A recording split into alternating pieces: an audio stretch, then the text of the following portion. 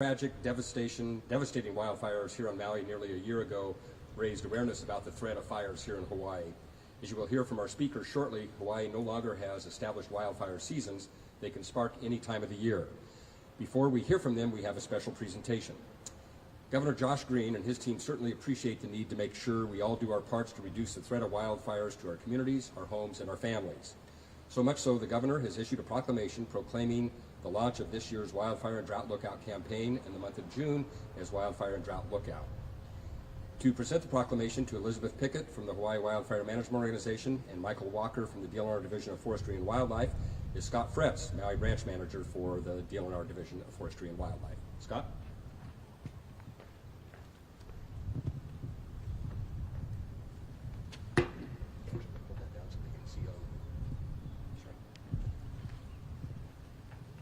Thank you, Danny. Good morning, everyone. The Governor's proclamation recognizes the Wildfire and Drought Lookout campaign. The campaign is a comprehensive and collaborative effort designed to raise awareness and equip residents with the knowledge and tools necessary to prepare and respond to the threats from wildfires. The proclamation encourages everyone to participate, to stay informed, and to take proactive measures to safeguard your homes, your families, and your communities. And as you'll hear from one of our speakers today, those measures also include water conservation as essential during periods of wildfire risk and drought. On behalf of the Governor, I'm pleased to present the proclamation today to Elizabeth and Mike.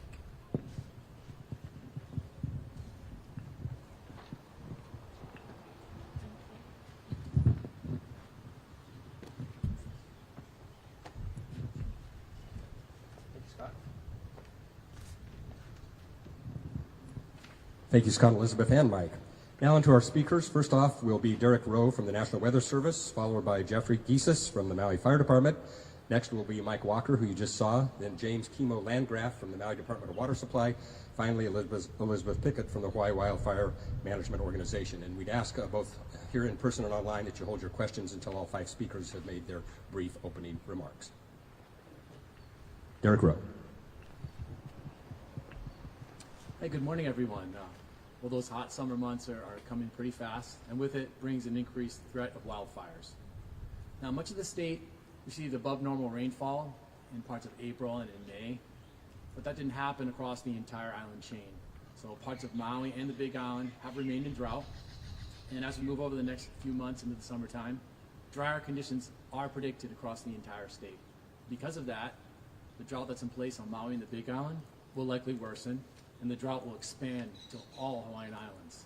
We'll look for that. Most of the effects will be on the leeward areas. And over there, you'll tend to see the vegetation dry out and brown and become more receptive to fire. The National Weather Service urges everybody to be aware of forecasts that call for the windy and dry conditions that lead to elevated fire danger.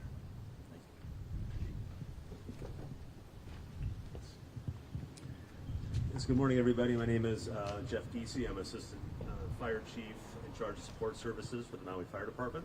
I've also brought with me our Battalion Chief Ryan Otsubo, who oversees, amongst other things, our Fire Prevention Bureau. Major wildfires have the potential to occur on every one of the inhabited Hawaiian Islands in both windward and leeward areas. Drought conditions, like the ones forecast over the coming months, can increase the frequency of wildfires and make them even more dangerous. Wildfires in Hawaii are different from other natural hazard events in that they can largely be prevented. Furthermore, proactive steps taken by government, landowners, and individual residents can significantly reduce the severity of their impacts. Our fire agencies, including Maui Fire Department, are ready for the season, but firefighting should be considered the last line of defense. As Dan said, we also need everyone to take personal action ahead of time to reduce risk. To protect our homes and communities, we need to first prevent accidental ignitions. Take care to avoid creating sparks when working with yard tools, when cutting, grinding, and welding, and when cooking outdoors. Be responsible with the use of consumer fireworks during the times of the year that they're allowed. And please take extra precautions during red flag warnings and high wind advisories.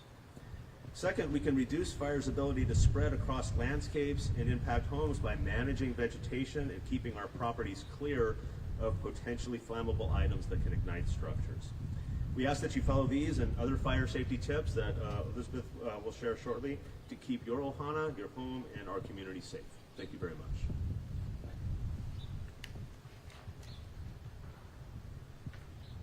Thanks, Jeff. Well, hi everyone. I'm Michael Walker. I'm the statewide fire protection forester for the Department of Land and Natural Resources, Division of Forestry and Wildlife.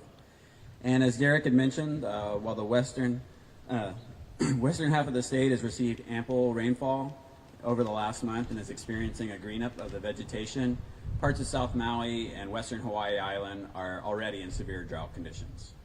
And while that green up on Molokai, Lanai, Oahu, and Kauai will prolong the beginning of the dry season, it'll also add additional fuel on the landscape once those areas dry out, which could lead to potentially higher fire danger later in the summer. I always like to say that wildfire in Hawaii is a kako thing. Everyone from homeowners, community members, all the way up to the members of the fire service have a role to play in preventing and reducing risk of fires to our communities and our forested watershed. And preparedness really begins at home.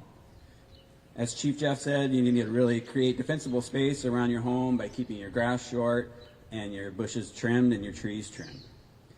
You need to clean out debris from the gutters and the roofs of your homes and develop and practice family evacuation plans. Once you have your household in order, please reach out to members of your community and encourage your neighbors to participate in wildfire preparedness efforts.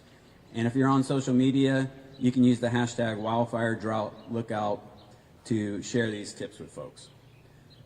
When working in or enjoying the outdoors this summer, as Chief Jeff said, please remember to be mindful of campfires and barbecues and extinguish any fire that you may have by stirring water in it and checking to make sure that the heat is gone. Be conscious of doing hot work and welding on dry days, and please have a fire extinguisher and a fire plan already prepared.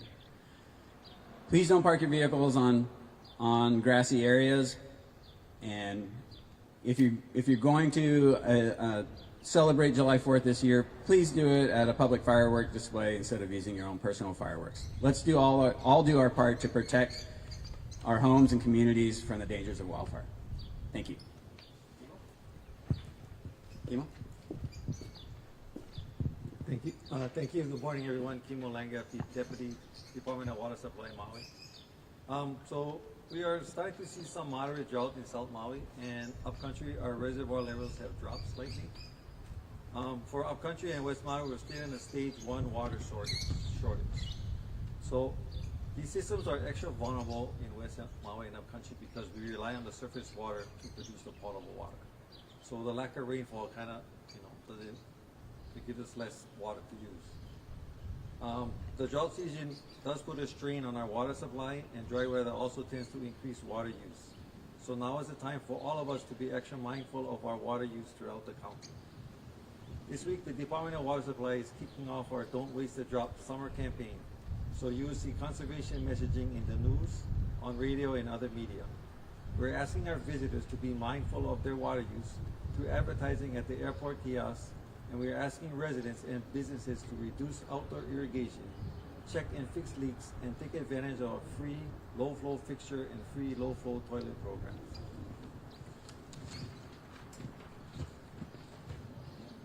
One of the messages in our conservation campaign is encouraging more use of native climate-appropriate plants and xeriscaping. How and what you plant around your home or business matters to improve a dispensable space from wildfire. We commit to do our part as the Department of Water Supply to reduce water waste, repairing our leaks, auditing our system, and making sure we are running as efficiently as possible. We are pursuing a new range of water supply to better drought-proof our systems. New wells are proposed for upcountry, Central Maui, West Maui, and Molokai. We are also exploring desalination as the alternate water supply in South and West Maui, and are working with the Department of Environmental Management to maximize recycled water use. We encourage you to take advantage of all the material offered through the Wildfire and Drought Lookout campaign and visit our website, waterresources.mauicounty.gov, for water conservation tips. Thank you.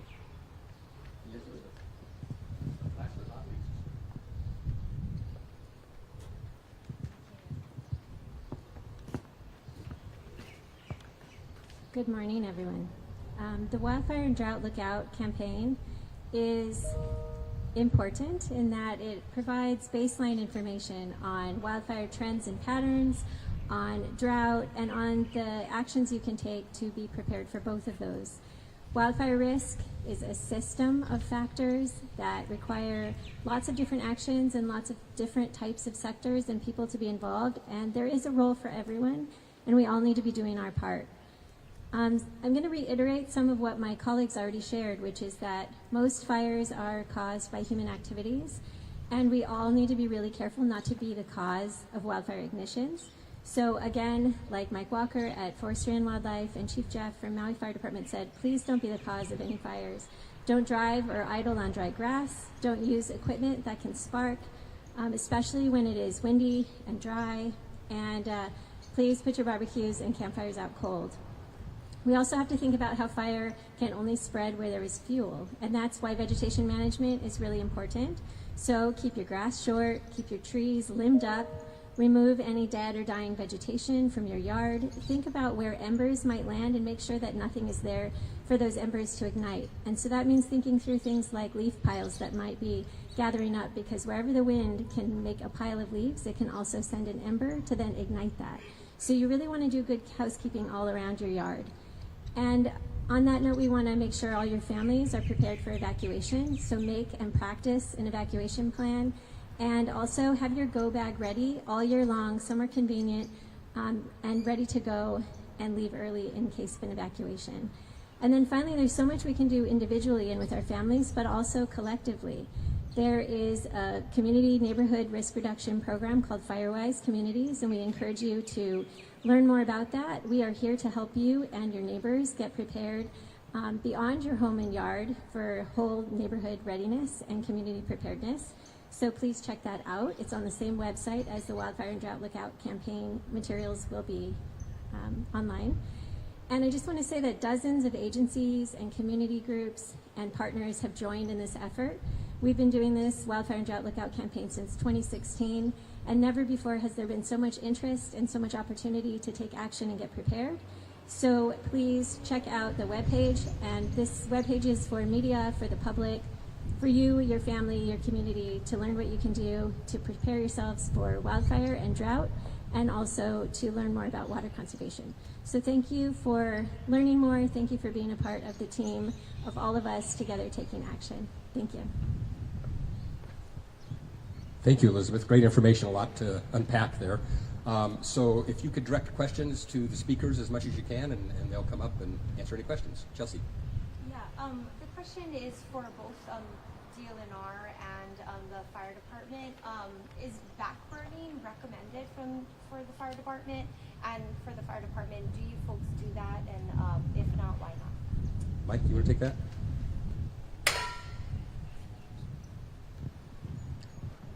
Yeah, so Department of Land and Natural Resources, during fire suppression efforts, uses backfiring, really only during suppression efforts though, and that's usually off of an anchor point like a roadway or a fire break to kind of reduce the intensity of the fire that's heading in its way. But it's really only done by the professionals at the department and at the county fire departments as well. Chief, you want to take two? Thanks. Sure, I'll just add, yes, the Maui Fire Department does have personnel that are specially trained in backfiring operations. It is part of how we suppress fires. Traditionally, we are largely an engine-based suppression operation or suppression department, but we do incorporate backfiring as an appropriate and often very effective tactic under the right circumstances. Thank you, Chief. Thank you, Mike. Ali? This one's for the fire department again, sorry. Could you speak to the department's preparedness? Maybe provide an update on those fire sensors you folks recently got and plan to install?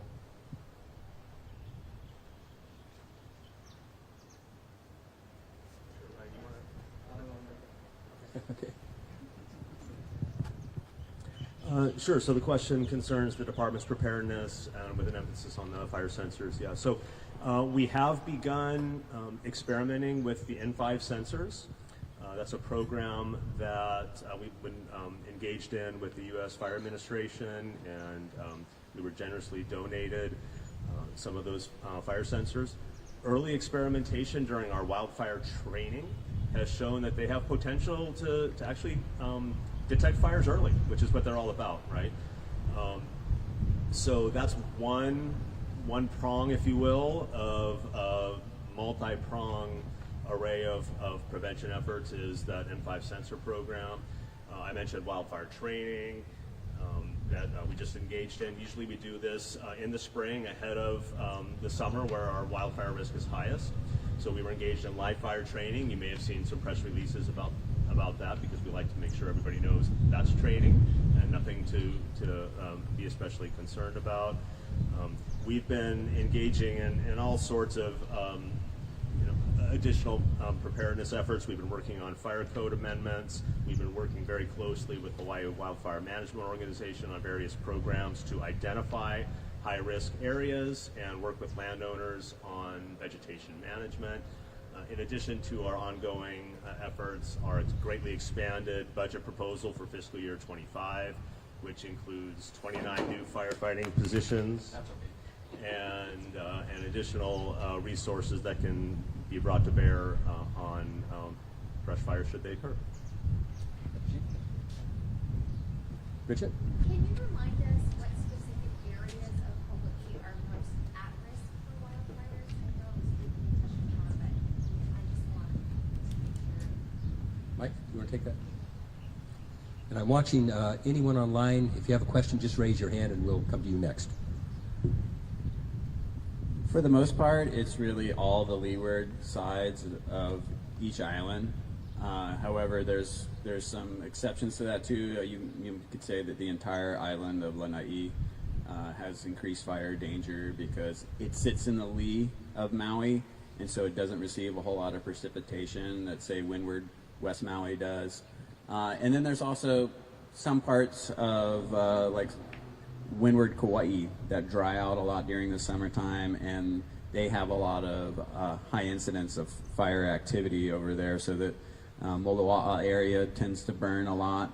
And also, the Hamakua coast can dry out substantially during drought and be pretty fire prone as well. So, but for the most part, the majority is the danger is in the leeward sides. Mike, did you mention the green factor? Yeah, I did. Yeah. See if there's anyone online who has questions.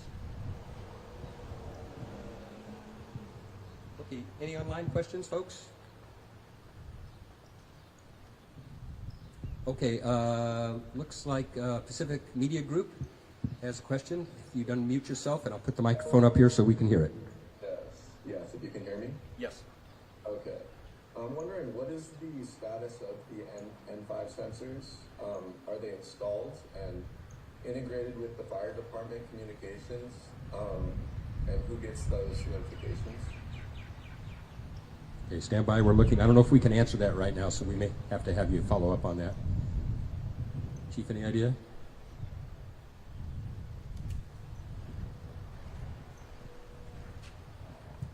I'll do my best to give a preliminary answer, and then of course we can get you a more thorough answer later. The program is not it's not complete. We don't have all of the sensors in place and reporting yet. We're still in the phase of just basically getting familiar with the sensors, verifying that they can do what we think, what we hope they can do. And as I mentioned earlier, so far so good with that. So stay tuned for more on that program, and I'd be happy to get you a more thorough answer from our personnel who are spearheading that program for us. Mike Walker's going to answer that. Thank you. One thing I did want to mention too is that we've been working really closely with the Department of Transportation, Department of Land and Natural Resources, as well as all the county fire departments to identify areas to cut fire breaks and maintain them. But also the department has funded the purchase of additional 40 remote automated weather stations, which are used in fire weather forecasting. And we're going to be rolling those stations out across the state this summer, starting on Maui first. So that's going to provide us another tool in the arsenal for predicting fire weather. Thanks, Mike and Chief Jeff. Nina, you have your hand up. Nina Wu from the Star Advertiser. Go ahead. Hi there. I just wondered if you might talk a little bit about the weather patterns. I mean, we had the Kona low in May, which was such an unusual weather pattern. And maybe we will or won't get red flag warnings this year like last year. But Derek or some of the others, can you talk a little bit about how that plays into the wildfire outlook this year? Derek? Yeah, that Kona low that we had in May was quite unusual. We usually don't get things like that late in the season, or actually it was early in the dry season was when we got it. So as Mike talked about earlier, that did produce some green up. That might delay things in terms of the fuels might not dry out as quickly there since they've greened up, but they eventually will dry out. Predominant grasslands dry out rather quickly, so by the time we head deeper into the summertime, they will dry out and be ready to burn. A lot of the times, the material that's out there is grass, so it doesn't take that long for it to be ready to hold fire. So you might see a delay, but to say that we wouldn't see any red flag warnings, we can't say that for sure. Once we get into the summertime, it's usually a very hot, dry, and windy time of year, and there is a fire danger there. Thank you, Derek. Let's see. I don't see any other hands up. Anything else from the gathered media here? Speaking of the green up, you all remember the Oahu folks, the Mililani Malka fire last November. And this afternoon we'll put out a news release and provide you some video of that because it really struck me. I was with Mike in a helicopter and how green it was, and it was just blazing like crazy. So it shows that it can look green, but it can be very dry underneath. And so that's, I think a lot of the speakers have addressed that today. Let me just check one last time. And I don't see any other questions. So thank you all who joined us in person and virtually. And obviously, I'd encourage you to check out the HWMO website. And and it is wildfire.org/lookout. And there's all kinds of information for the media and the public and anyone who wants to avail themselves to that to keep us safe and as fire-free as possible this year. Thank you all for coming today. Have a good afternoon. Thank you, guys. Good job.